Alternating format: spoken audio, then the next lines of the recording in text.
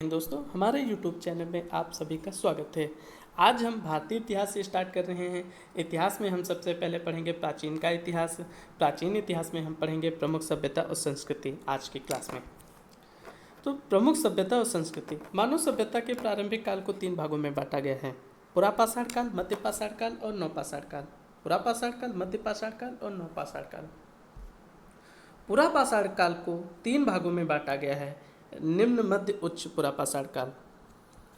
इस काल में मानव का जो मुख्य जीविका थी वो शिकार था तथा इसके अवशेष सोहन नदी, वेलन घाटी, नर्मदा घाटी, भीमबेटका से प्राप्त हुए हैं। वेलन घाटी, नर्मदा घाटी और भीमबेटका से अवशेष प्राप्त हुए हैं। जब वो लोग शिकार करते थे तो ये जो सोहन नदी घाटी है, वेलन घाटी और नर्मदा घाटी और भीमबेटका, इन्हीं से हमें अब कुछ अवशेष प्राप्त हुए हैं। यह हिमयुग प्लीस्टोसीन युग था। यह हिमयुग प्लीस्टोसीन युग था। इस काल में भीमबेटका प्रागैतिहासिक काल चित्रकला हेतु प्रसिद्ध है, जो गुफाओं के शैल चित्र हेतु जाना जाता है। भीमबेटका प्रागैतिहासिक चित्रकला, ये भीमबेटका कहाँ पड़ता है?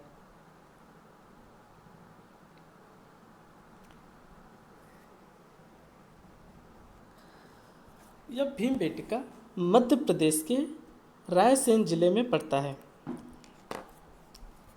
चलिए आगे बढ़ते हैं, मध्य पाषाण काल देखते हैं।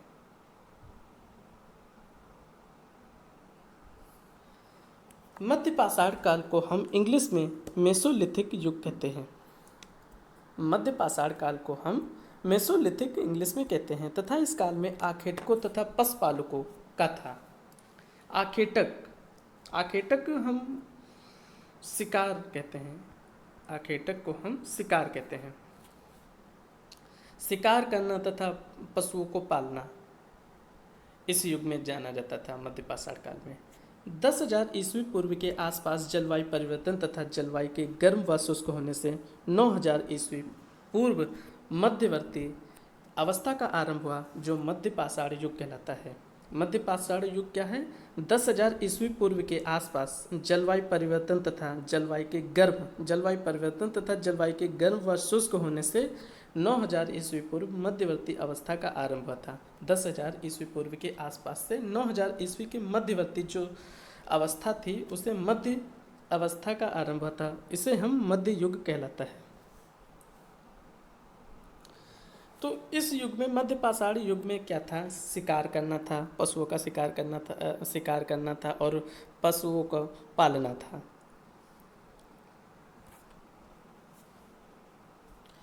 अगर पशुओं की बात करें तो जैसे गाय हो गया, भेड़ हो गया, बैल, ये पशुओं को पालतू बनाते थे।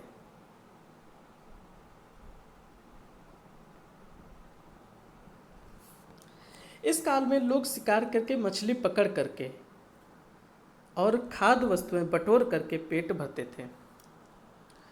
देखिए, ये जो शिकार करते थे उन्हें पकड़कर और खाद्य वस्तुएं बटोर कर पेट भरते थे। उन्हें पकड़कर मार करके तब अपना पेट भरते थे। राजस्थान, दक्षिण उत्तर प्रदेश और पूर्वी भारत में मध्य पाषाण स्थल काफ़ी मात्रा में मिले हैं। राजस्थान हो गया, उत्तर प्रदेश हो गया, पूर्वी भारत मध्य पाषाण स्थल काफ़ी मात्रा में मिले हैं। यहाँ से सबसे ज़्यादा स्थल मिले हैं। मध्य प्रदेश में आदमगढ़ और राजस्थान में बागौर पशुपालन का प्राचीनतम साक्ष्य प्रस्तुत करते हैं। आदमगढ़ हो गया और राजस्थान में बागौर पशुपालन का प्राचीनतम साक्ष्य मिला है।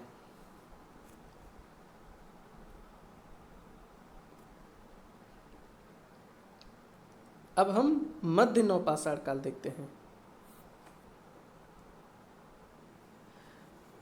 नवपाषाण काल, मध्य नहीं है, नवपाषाण काल। इस काल में कृषि करने के प्राचीनतम साक्ष्य मेहरगढ़ से प्राप्त हुए हैं। तथा इस काल में मानव स्थायी निवास, पशुपालन और कृषि को अपनाया है। जो नौपाषाण काल है, इसमें कृषि करने के प्राचीनतम साक्ष्य मिले हैं। वो भी साक्ष्य कहाँ से मिले हैं? मेहरगढ़ से प्राप्त हुए हैं। इस काल में मानव स्थायी निवास और पशुपालन और कृषि करना सीख गया था।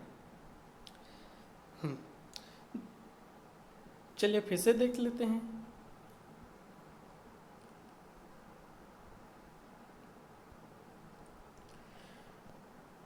पुरापाषाण काल, इस काल में मानव की जीविका का मुख्य आधार शिकार था तथा सोहन नदी के वेलन घाटी, नर्मदा नदी घाटी भीमबेटका से प्राप्त हुए हैं। फिर आता है मध्यपाषाण काल। मध्यपाषाण में इसे हम इंग्लिश में मेसोलिथिक कहते हैं तथा यह काल आखेटकों तथा पशुपालकों था, शिकार तथा पशुओं को पालना था। ये मध्यपाषाण काल हो गया। फिर नवपाषाण काल में, इस काल में कृषि करने के प्राचीनतम साक्ष्य मेहरगढ़ से प्राप्त हुए हैं तथा इस काल में मानव स्थायी निवास, पशुपालन और कृषि करने लगा था।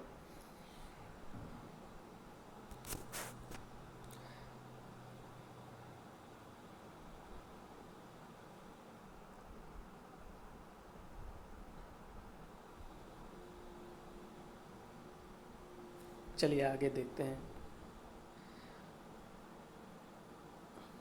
प्रमुख नौपाषाणिक स्थल। प्रमुख नौपाषाणिक स्थल बुर्जहोम तथा गुफकराल।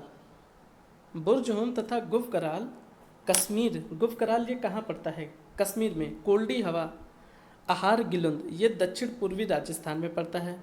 पश्चिमी मध्य प्रदेश में मालवा, कैथा एवं एरण। पश्चिमी महाराष्ट्र में जोरवे, नेवासा, दैमाबाद, चंदौली, नासिक, सोनगांव, इनामगांव आदि था। यह प्रमुख नौपाषाणिक स्थल था। इसके अलावा दक्षिण में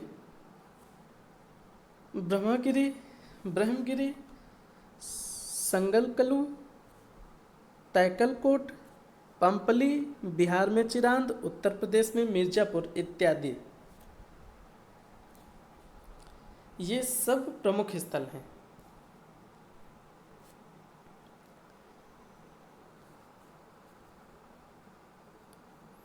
फिर ताम्रपाषाणिक संस्कृति जो 2800 बीसी से 700 बीसी। ताम्रपाषाण संस्कृति 2800 बीसी से 700 बीसी। इस समय पत्थर और तांबे का प्रयोग आरंभ हो चुका था। इस समय पत्थर और तांबे का प्रयोग आरंभ हो चुका था, इसलिए इसे ताम्रपाषाणिक अथवा चाल्कोलिथिक संस्कृति के नाम से जाना जाता है।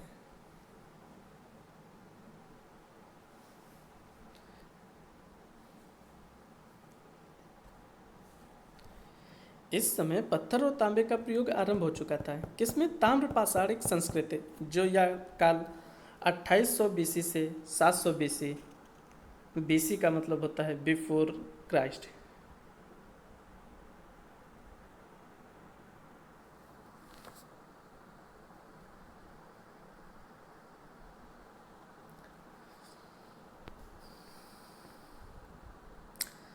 प्रमुख बस्ती दक्षिण पूर्वी राजस्थान, मध्य प्रदेश के पश्चिमी भाग, पश्चिमी महाराष्ट्र तथा दक्षिण पूर्वी भारत में पाई गई थी। जो इनकी प्रमुख बस्ती थी, ज़्यादातर दक्षिण पूर्वी राजस्थान, मध्य प्रदेश के पश्चिमी भाग, पश्चिमी महाराष्ट्र तथा दक्षिण पूर्वी भारत में पाई गई है। पश्चिमी भारत का मालवा ताम्रपाषाण संस्कृति की विलक्षणता है। जो पश्चिमी भारत है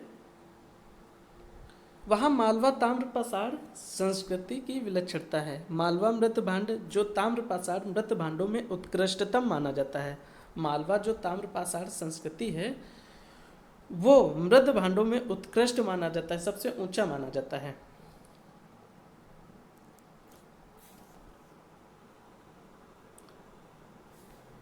प्रमुख ताम्रपाषाणिक संस्कृतियाँ।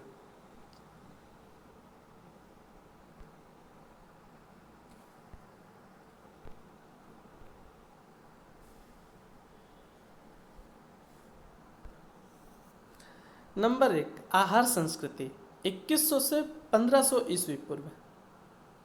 आहार जो संस्कृति है वो 2100 से 1500 ईस्वी पूर्व। इसका प्राचीन तंबती तथा गिलुंद इसका प्रमुख संस्कृति केंद्र है। इसका जो प्राचीन तंबती है तथा गिलुंद इसका प्रमुख संस्कृति केंद्र है। तंबती नहीं है, ताम्बती।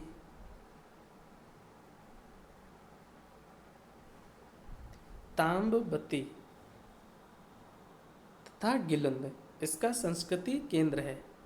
यहाँ प्रस्तर फलक उद्योग भी पाया जाता है। यहाँ प्रस्तर फलक उद्योग भी पाया जाता है, या राजस्थान में है। ताम्बती तथा गिलुंद या राजस्थान में है। दूसरी संस्कृति कायथा संस्कृति, जो 2000 ईस्वी पूर्व से 1800 ईस्वी पूर्व, यह चंबल के क्षेत्र की संस्कृति है। यह चंबल के क्षेत्र की संस्कृति है तथा इसके मृत भांडों पर प्राक हड़प्पन और हड़प्पोत्तर संस्कृति का प्रभाव दिखाई पड़ता है।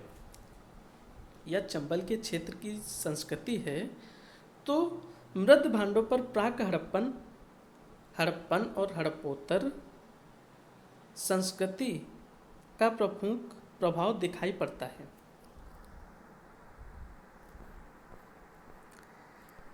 फिर तीसरी संस्कृति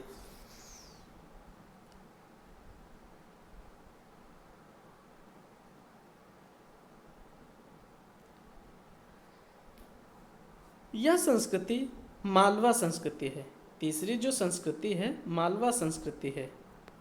यहाँ पे लिख लीजिए मालवा संस्कृति, जो 1700 से 1200 ईस्वी पूर्व तक मानी जाती है। मालवा जो संस्कृति है 1700 से 1200 ईस्वी पूर्व, यह मध्य प्रदेश के नर्मदा क्षेत्र की संस्कृति है।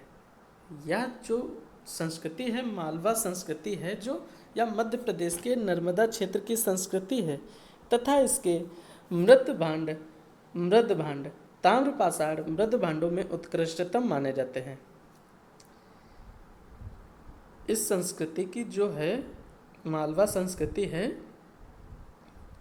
तो यह मध्य प्रदेश के नर्मदा क्षेत्र की प्रमुख संस्कृति मानी जाती है। यह मृत भांड ताम्रपाषाण मृत भांडों में सबसे ऊंचा माना गया है। चौथी संस्कृति जारवे संस्कृति। क्या है? जारवे, जोरवे नहीं, जारवे संस्कृति, जो 1400 से 700 ईस्वी पूर्व। यह अंशतः विदर्भ और कोंकण को छोड़कर सारे महाराष्ट्र में है। यह विदर्भ और कोंकण को छोड़कर, विदर्भ और कोंकण यह कहाँ पड़ता है? महाराष्ट्र में। तो ये कोंकण और विदर्भ को छोड़कर सारे महाराष्ट्र में है संस्कृति है। सोनगांव एवं इनाम गांव सभी जारवे संस्कृति के स्थल है। सोनगांव इनाम गांव सभी जारवे संस्कृति के स्थल हैं। ताम्रपाषाण समुदाय काले और लाल मृत भांडों का प्रयोग करते हैं। ताम्रपाषाण समुदाय के लोग जो हैं वो काले और लाल मृत भांडों का प्रयोग करते हैं तथा ताम्रपाषाण लोगों द्वारा ही प्रायद्वीपी भारत में बड़े बड़े गांव बसाए गए हैं।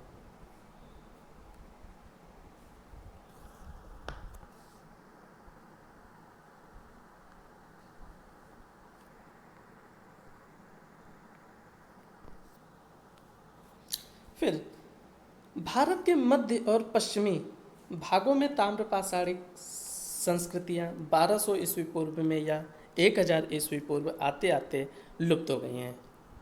जो भारत में है, मध्य भारत में है, तो पश्चिमी भाग जैसे मान लीजिए राजस्थान हो गया, गुजरात हो गया, पाकिस्तान, ये सब पश्चिमी भाग हैं। तो पश्चिमी भागों में ताम्रपाषाण संस्कृतियाँ 1200 ईस्वी पूर्व में या 1000 ईस्वी पूर्व में आते आते लुप्त हो गई हैं। ये संस्कृतियाँ केवल जारवे संस्कृति 700 ईस्वी पूर्व तक जीवित रहे हैं। जारवे संस्कृति का जो काल है वो 1400 से 700 ईस्वी पूर्व तक काल था। महत्वपूर्ण स्थल और विशेषताएं। दाइमाबाद